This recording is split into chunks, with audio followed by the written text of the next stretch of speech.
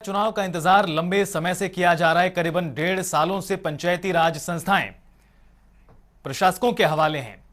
और ज्यादा बातचीत के लिए चंडीगढ़ से हमारे वरिष्ठ सहयोगी पवन सिवर हमारे साथ जुड़ गए इस बीच। पवन, जिस तरह से आपसे पहले ही बात की कि लंबे समय से इंतजार किया जा रहा था, आखिरकार सरकार की ओर से मंजूरी मिल चुकी है। 30 सितंबर से पहले प्रदेश में पंचायती राज व्यवस्थाओं के चुनाव होंगे। क्या माना जाए तारीखों का ऐलान? क्या जो विधानसभा का मॉनसून सेशन शुरू होने वाला है उसके बाद किया जाएगा, उससे पहले भी हो सकता है?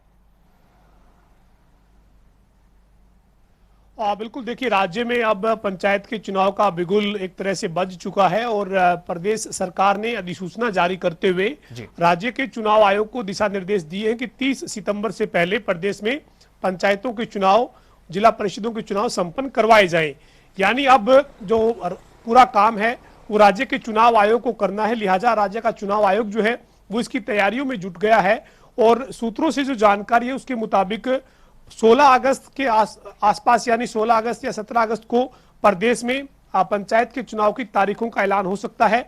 हरियाणा विधानसभा का जो मॉनसून सत्र है वो 8 अगस्त से शुरू होगा और उसके बाद 15 अगस्त के आसपास जो है वो प्रदेश में पंचायत के चुनाव की तारीखों का ऐलान राज्य का चुनाव आयोग कर सकता है। इस वक्त मैं राज्य के चुनाव आयोग के कार्यालय में ही मौजूद हूँ। हालांकि आज शनिवार है और राज्य के चुनाव आयोग के कार्यालय में अवकाश के चलते कोई हलचल नहीं है, लेकिन यहाँ पर जो लगातार जो सरकार के दिशा निर्देश मिलने के बाद जो है वो सरगर्मियां बढ़ गई हैं और प्रदेश का जो निर्वाचन आयोग है वो ये तैयारियों में जुट गया है कि 30 सितंबर से पहले गांव की जो छोटी सरकार है, जिला परिषद है, पंचायत समिति है, उनके चुनाव को संपन्न करवाना है।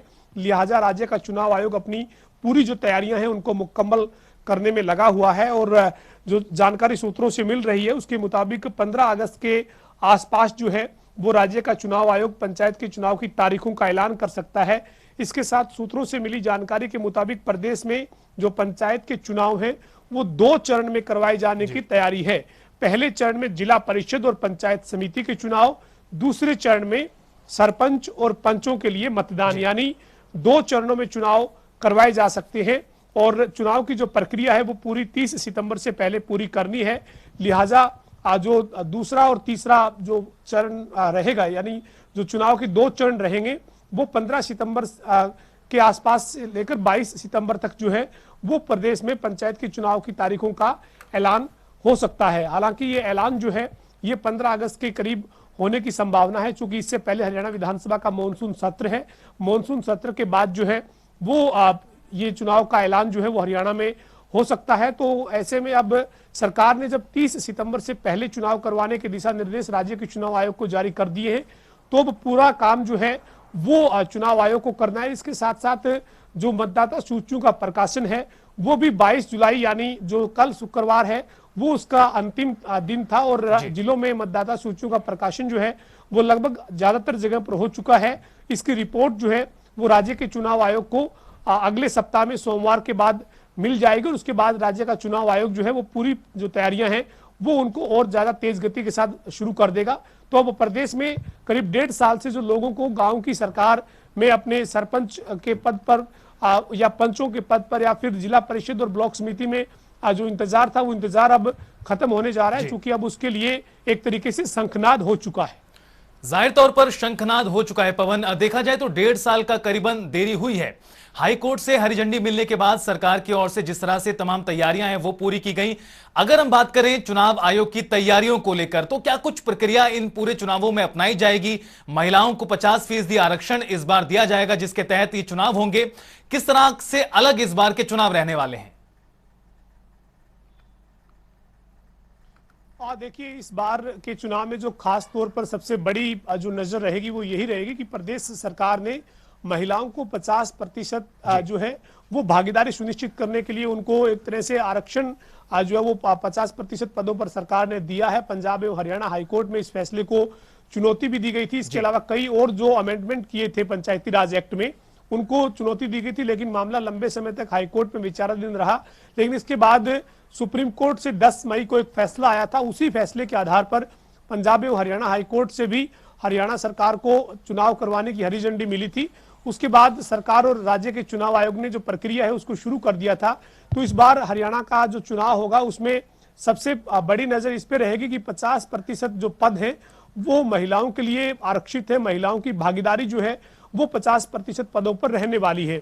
इसके साथ दूसरा जो सबसे बड़ा बदलाव करने की तैयारी में राज्य का चुनाव आयोग नजर आ रहा है वो ये है कि पहले एक बार में जब वोटिंग होती थी तो 4 पदों के लिए वोट एक मतदाता को डालना होता था। पहले पंच के लिए, फिर सरपंच के लिए, फिर जिला परिषद के लिए और पंचायत समिति के लिए। लेकिन इस बार राज्य का चुनाव आयोग ऐसे प्रयास कर रहा है कि इस बार पहले पंचायत समिति और जिला परिषद के लिए वोट हो पहले चरण में, दूसरे चरण में सरपंच और पंच के लिए वोट हो।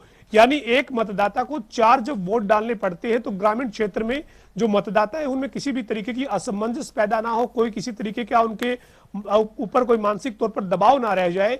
इसलिए राज्य का चुनाव आयोग चाहता है कि इस बार प्रक्रिया को थोड़ा सरल कर दिया जाए, मतदाताओं के लिए और ज्यादा जो है इसको ठीक कर दिया जाए।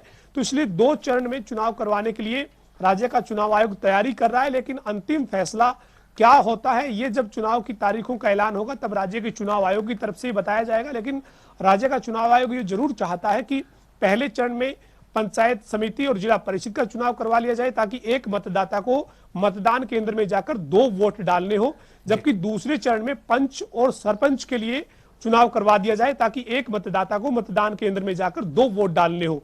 यानी एक साथ एक मतदाता अगर 4 वोट डालने के लिए मतदान केंद्र में दाखिल होता है तो गांव के ग्रामीण अंचल में जो मतदाताओं को कई तरह की दिक्कतें भी पेश आती है। तो इस बार राज्य का चुनाव आयोग ऐसी तैयारी कर रहा है कि पहले चरण में जिला परिषद और पंचायत समिति, दूसरे चरण में पंच और सरपंच के लिए वोटिंग करवाई जाए। तमाम तैयारियां जो है वो मुकम्मल लगभग की जा चुकी है और 71,000 से ज्यादा पद हैं जिसमें सरपंच है, पंच है और जिला परिषद के सदस्य हैं, पंचायत समिति के सदस्य हैं जिनका चुनाव होना है। गांव के लोगों को अपनी छोटी सरकार जिसे हम सरपंच से लेकर पंचायत समिति और जिला परिषद तक मानते हैं उसको चुनने का अब विकल्प जल्द मिलने जा रहा है। सरकार ने 30 सितंबर से पहले चुनाव करवाने का रास्ता साफ कर दिया है, राज्य के चुनाव आयोग को दिशा निर्देश दे दिए हैं। तो राज्य का चुनाव आयोग जो है वो इस पूरी गतिविधि को तेज कर दिया है और राज्य का चुनाव आयोग इस काम में लग गया है। लेकिन इसके साथ ही 1-2 जगह पर जो पहले जिस क्षेत्र को नगर पालिका या नगर परिषद का हिस्सा बना दिया गया था, बाद में उनको ग्रामीणों की मांग पर वापिस पंचायत में शामिल किया गया है। हिसार जिले की अगर हम बात करें तो सिसाई और बास है, आदमपुर है, ऐसी कई जगह हैं जहां पर पहले जिला परिषद या जो जिला के दायरे में नगर पालिका के अंदर उनको शामिल कर दिया था, लेकिन लोगों की मांग पर उनको वापिस पंचायत में तब्दील किया गया है।